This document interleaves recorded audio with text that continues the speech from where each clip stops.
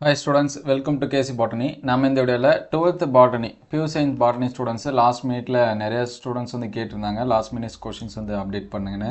Already நம்ம எல்லாமே important 2 mark 3 mark and 5 mark questions வந்து அப்டேட் பண்ணியாச்சு. ஸோ ஃபைனல் டைமில் நல்லா 1 மார்க்ஸ் வந்து ஃபஸ்ட்டு பார்த்து வச்சுங்க சரிங்களா. 1 மார்க்ஸ் வந்து டெஃபினட்டாக நமக்கு ஒரு 10வது புக் பேக் வரும். ஏன்னா இன்றைக்கி வந்து 11th பாட்டனி ஓரளவுக்கு பரவாயில்ல, ஆனால் 11th பயாலஜி கொஞ்சம் ரொம்பவே டஃப்பாக தான் இருந்துச்சு.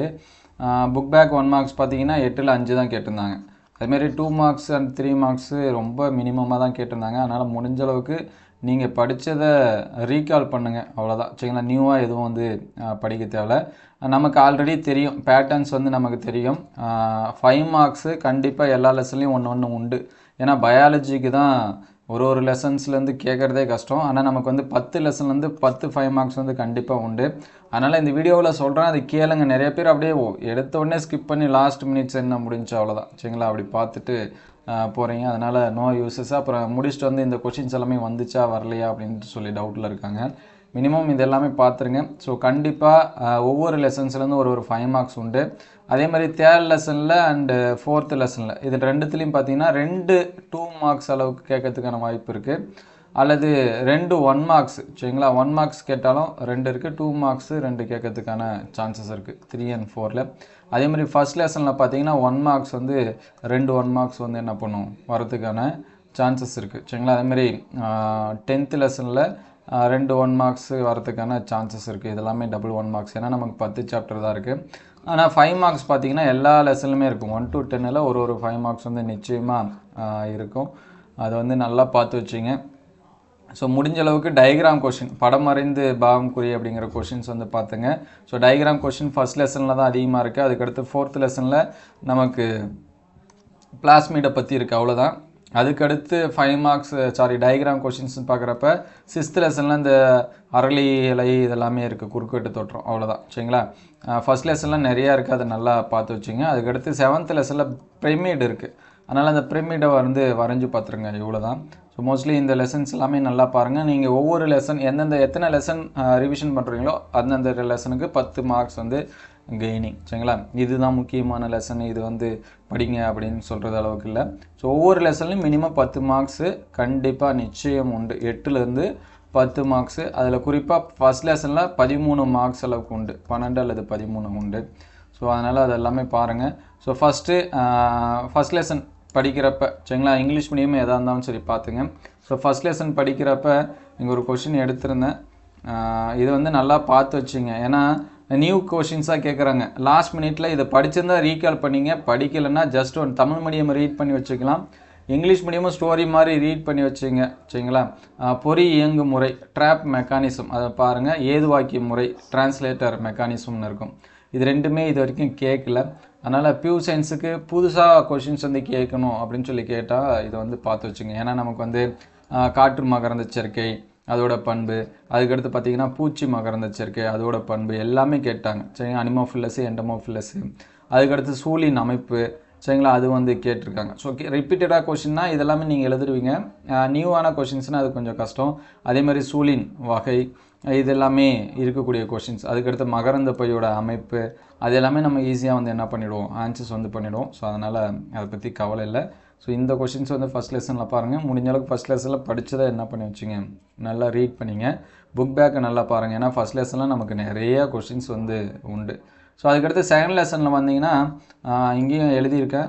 ஸோ நிறைய எல்லாத்துக்கும் எழுதுறதுக்கு டைம் இல்லை, வீடியோ அப்டேட் பண்ணுறதுக்குமே டைம் இல்லை. ஸோ முடிஞ்ச அளவுக்கு பார்த்துங்க. ஸோ இப்போ இந்த பல்காரணை பாரம்பரியம் அதிகமாக இது வரைக்கும் கேட்கல, அதனால் இது வந்து பார்த்துங்க.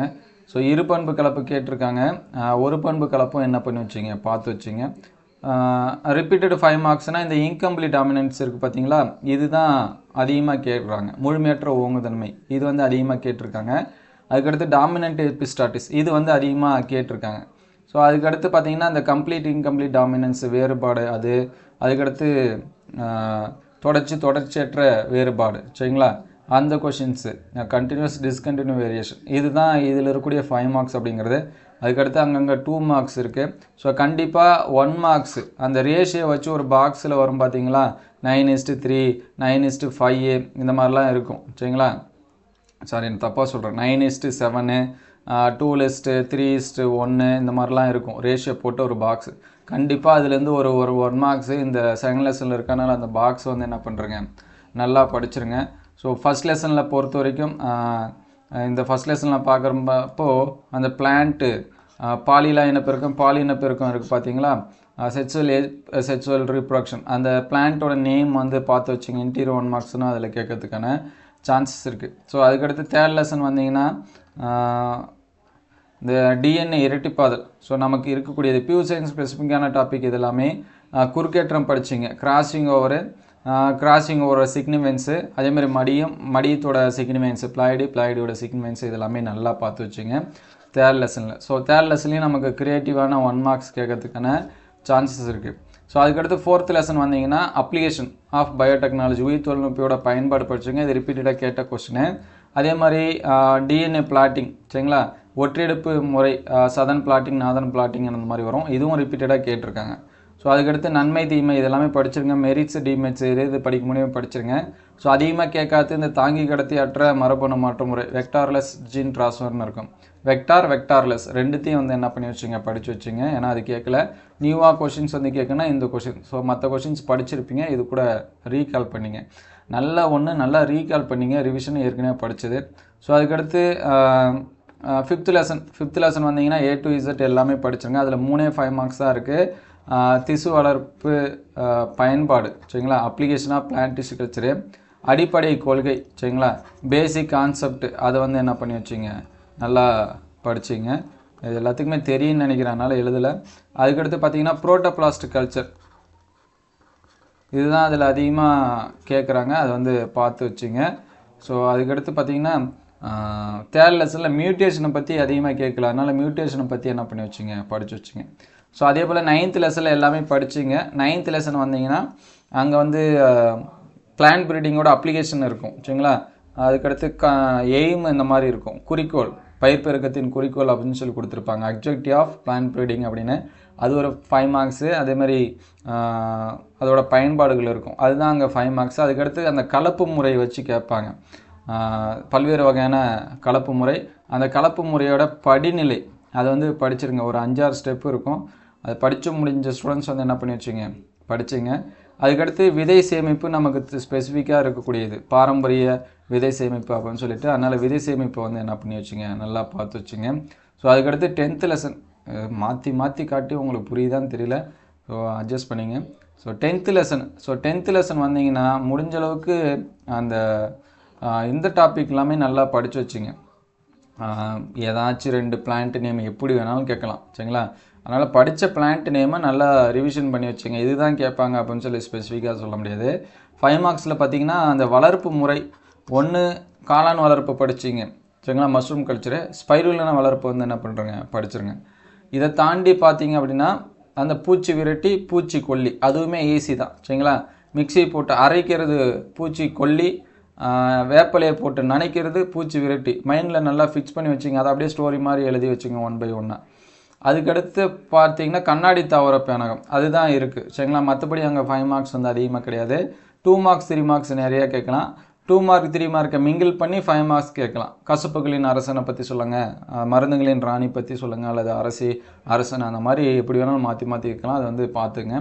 ஸோ ரொம்ப முக்கியம் இந்த 6, 7, 8 லெசன்ஸு. சுற்றுச்சூழல் பிரச்சனைகள் ஜென்ரலான கொஷின்ஸ் வந்து எதிர்பார்க்கறதுக்கான வாய்ப்பு 100% உண்டு அப்படின்னு நினைக்கிறேன். இதே மாதிரி தான் போதையை பற்றி சுவாலஜி எப்போ சொன்னோம் அதே மாதிரி கேட்டிருந்தாங்க, அதனால் இதை வந்து நல்லா பார்த்துங்க. அதே மாதிரி 6வது லெசன் 7வது லெசன் 6வது லெசன் கொஞ்சம் பெருசாக போகும். இங்கே உள்ளமைப்பியல் தகவமைப்பு வந்து நல்லா படித்து வச்சுங்க. குறிப்பாக வறண்ட நில தாவரத்துக்கு பார்த்துங்க, ஏன்னா அது புக் பேக்கில் இருக்குது.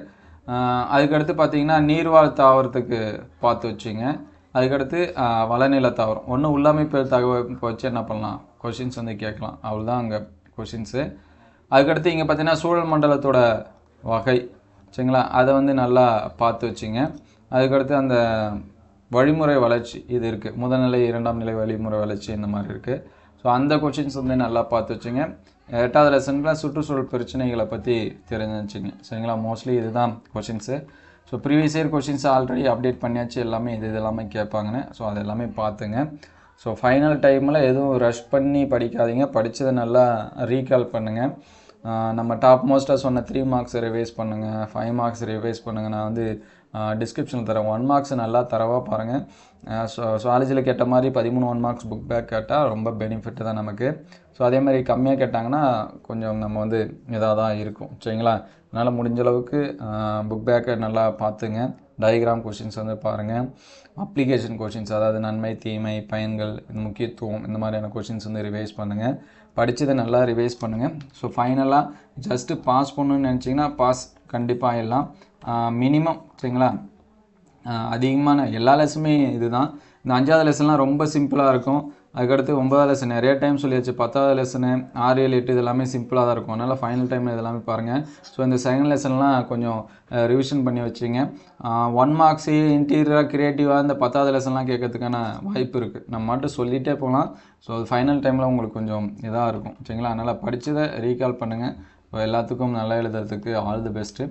ஸோ கொஷின்ஸ் வந்து பார்த்துட்டு எப்படி இருக்குது அப்படின்னு நாளைக்கு ஈவினிங் வந்து கமெண்ட் பண்ணுங்கள், ஆர் ஆஃப்டர்நூன் கமெண்ட் பண்ணுங்கள். Thank you all.